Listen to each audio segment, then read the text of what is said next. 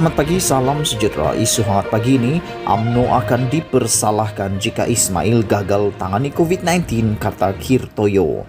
Berita sepenuhnya, baru semalam Ismail Sabri Yaakob mengangkat sumpah selaku Perdana Menteri Malaysia yang ke-9, namun nampaknya waktu sudah pun begitu memusuhinya. Menurut bekas Menteri Besar Selangor, Dr. Kirtoyo, Ismail Sabri kini harus berdepan cabaran yang amat berat, sedangkan masa yang tinggal amat suntuk. Bukan sahaja perlu mengetuai perang melawan COVID-19, masa depan UMNO juga kini tergalas di bahunya.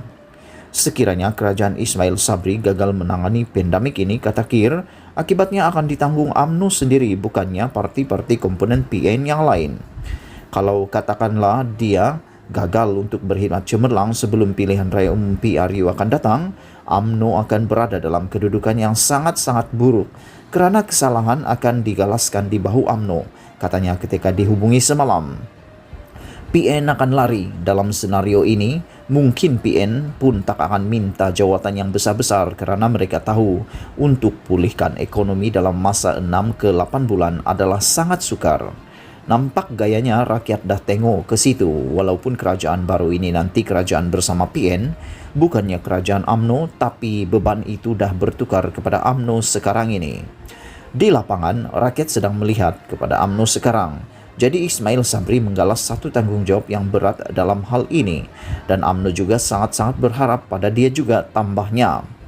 Dia turut memetik janji Muhyiddin sebelum ini bahawa PRU akan diadakan selewatnya pertengahan tahun depan, menjadikan kerajaan baru Ismail Sabri nanti hanya mempunyai baki tidak sampai setahun untuk mengawal COVID-19 serta memulihkan ekonomi yang teruk terjejas akibat wabak berkenan sebelum PRU mungkin diadakan. Pelbagai tarik ramalan PRU dispekulasikan sebelum ini. Namun yang pasti Muhyiddin sendiri pernah berjanji bahawa PRU akan diadakan hanya setelah wabak COVID-19 reda dan dapat dikawal selain imuniti kelompok dicapai. Yang terbaru, bekas Perdana Menteri itu sebelum meletakkan jawatan, membuat aku janji bahawa PRU akan diadakan selewat-lewatnya Julai. Tetapi tidak dapat dipastikan apakah kerajaan Ismail Sabri ini nanti akan turut mengambil komitmen untuk merealisasikan aku janji berkenan. Dalam keadaan UMNO bukan pemegang kerusi majoriti berbanding PN di dalam kerajaan baru nanti, serta Ismail Sabri sendiri bukanlah Perdana Menteri yang juga Presiden Parti, kata Kir, tangan Ismail ibarat terikat untuk melakukan perubahan besar dalam kabinetnya nanti. Kita kena ingat, Presiden Ahmad Zahid Hamidi dulu tak setuju dengan dia soal kerjasama dengan PN. Presiden sokong dia mesti ada sesuatu yang diharapkan, sekurang-kurangnya hendak melantik ahli parti ke dalam kabinet. Mungkin kena tanya dia dulu. Oleh itu, Kir tidak menjangkakan perubahan besar akan berlaku dalam kabinet baru Ismail, kecuali beberapa portfolio yang mungkin akan dinilai berdasarkan prestasi sebelum ini. Muhyiddin terpaksa melepaskan jawatan pada 16 Ogos selepas 15 ahli parlimen UMNO menarik balik sokongan kepadanya, menyebabkan dia hanya mempunyai 100 sokongan ahli parlimen, kurang 11 untuk mencapai majoriti.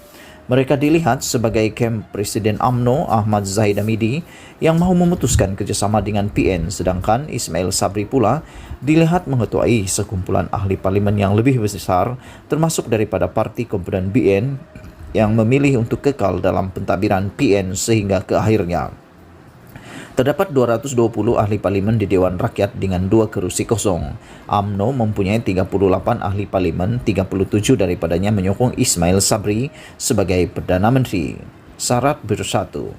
Mengenai sokongan bersyarat PN atas sokongan kepada Ismail Sabri yang dikatakan mengundang kegelisahan UMNO, Kir tidak memandangnya sebagai satu perkara yang boleh sehingga menimbulkan masalah dalam kerajaan baru nanti.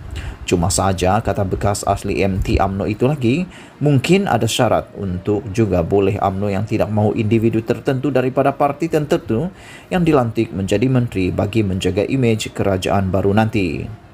Kerana imej kerajaan adalah sangat penting sekarang dan imej kerajaan baru ini digelas oleh UMNO bukannya PN, tegasnya sekali lagi. Namun, akuinya, isu kluster mahkamah itu boleh mengganggu Ismail Sabri kerana memang ada sebahagian ahli UMNO yang mahu Najib Razak dan Ahmad Zahid dilepaskan daripada pertuduhan mahkamah. Syarat dikemukakan Muhyiddin selaku pengerusi PN ialah Ismail Sabri mesti memastikan anggota kabinetnya berintegriti, amanah, bebas daripada sebarang pertuduhan jenayah mahkamah, menghormati prinsip pengasingan kuasa, melindungi kebebasan badan kehakiman, dan menjunjung konsep raja berperlembagaan.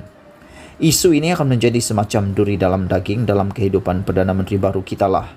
Bagaimana nak selesaikannya, saya pun tak tahulah itu, katanya.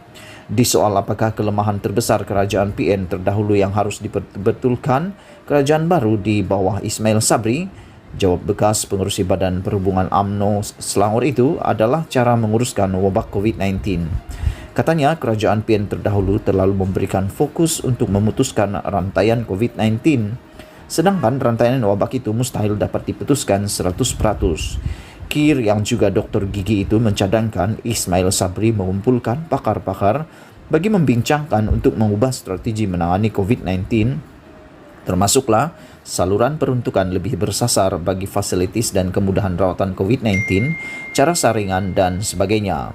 Namun dia yakin Ismail Sabri akan dapat melakukannya dengan baik kali ini, memandangkan pengalamannya sebelum ini yang lama terlibat dalam pengendalian COVID-19 sebagai Menteri Pertahanan dan Menteri Kanan Kluster Keselamatan di bawah PN dahulu. Sekian isu hangat petang ini, jangan lupa tekan butang subscribe dan kita jumpa lagi, bye-bye.